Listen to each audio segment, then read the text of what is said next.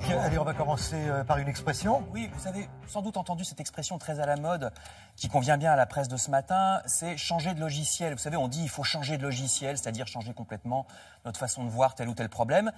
Et donc il faut changer complètement, nous disent les journaux, par exemple, notre vision du harcèlement.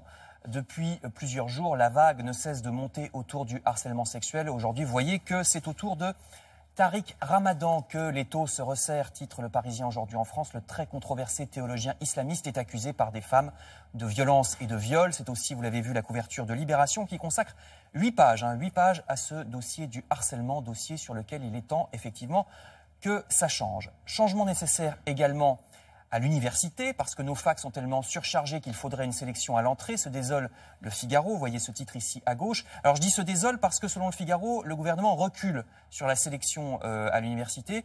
Alors vous voyez que l'autre titre, c'est l'Humanité. L'Humanité n'est pas du même avis. Certes, le gouvernement ne va pas imposer de concours à l'entrée des facs, mais les facs pourront imposer une remise à niveau des jeunes qui n'ont pas le niveau. Donc pour l'Humanité, c'est une sélection et l'Humanité est par principe contre la sélection. Donc vous voyez que les journaux ne sont pas d'accord. Les Échos, eux aussi, évoquent cette question de l'entrée en fac.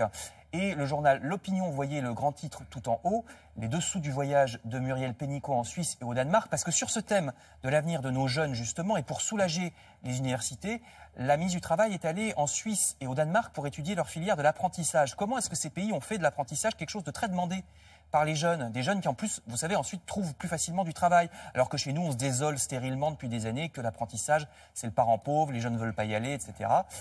Donc là aussi, sur l'université, sur l'apprentissage, il y a certainement une vision des choses qu'il faut changer de logiciel, changer de paradigme.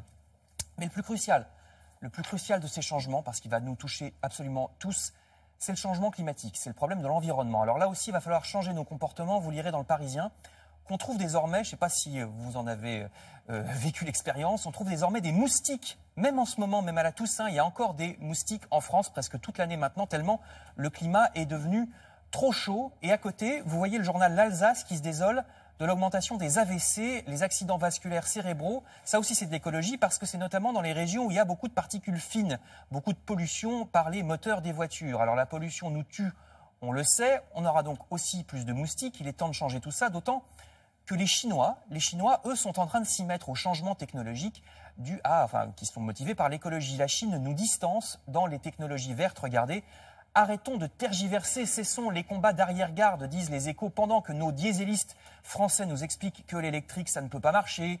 Eh bien, les Chinois, eux, le font. Ils font rouler en Chine des bus 100% électriques, de même que la Norvège, le Portugal, les Pays-Bas, le Luxembourg, etc. Les batteries des voitures électriques sont de plus en plus performantes et la France est en train, nous disent les journaux, de rater ce nouveau marché qui pourtant génère de l'argent et des emplois. Vous voyez ici dans la Croix, une nouvelle usine de batteries justement est en train d'ouvrir en Suède. Les Suédois veulent devenir les leaders de la voiture électrique en Europe et pendant ce temps, la France est à la traîne. Car oui, l'écologie, ça peut être rentable. Vous lirez dans le Canard enchaîné que les agriculteurs, par exemple, les agriculteurs qui utilisent moins de pesticides, ils gagnent plus d'argent, contrairement à ce qu'on pourrait croire. Parce que leur production baisse un petit peu quand ils utilisent moins de pesticides, mais à peine. Par contre, ils économisent sur l'achat de ces produits chimiques. Et l'un dans l'autre, le Canard enchaîné reprend des études qui ont fait le calcul, l'un dans l'autre, les agriculteurs sont gagnants. Donc, amis agriculteurs qui avaient du mal à gagner votre vie, et il y en a beaucoup, pensez-y, c'est écolo et c'est rentable pour vous et même les petites entreprises se rendent compte, regardez que l'écologie est rentable. Je termine. Vous voyez cette usine de brosses à dents.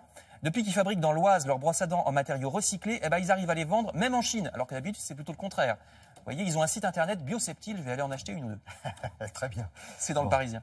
Bon, avant d'aller acheter votre brosse à dents, vous revenez tout à l'heure pour la revue de presse culturelle.